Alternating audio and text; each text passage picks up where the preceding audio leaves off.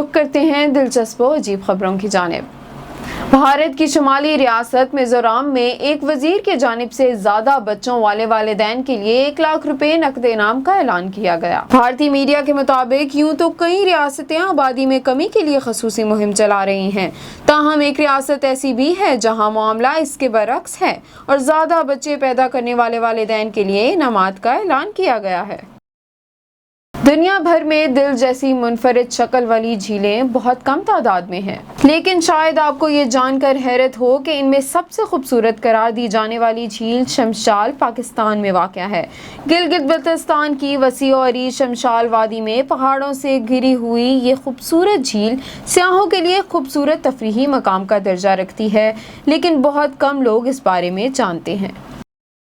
123 दिन तक मुसलसल एक दूसरे के साथ हथकड़ी में बंधे रहकर आलमी रिकॉर्ड बनाने वाले प्रेमी जोड़े ने मजीद एक साथ ना रहने का फैसला किया है। यूक्रेन में अलेक्जेंडर और विक्टोरिया नामी 2 प्रेमियों ने 14 फरवरी 2021 के रोज एक एक हाथ में हथकड़ी लगाकर खुद को 3 महीने के लिए तजर्बाती तौर पर एक दूसरे के साथ बांध लिया था, ताकि जान सकें आया वो सारी जिंदगी एक दूसरे के साथ रह पाएंगे या नहीं।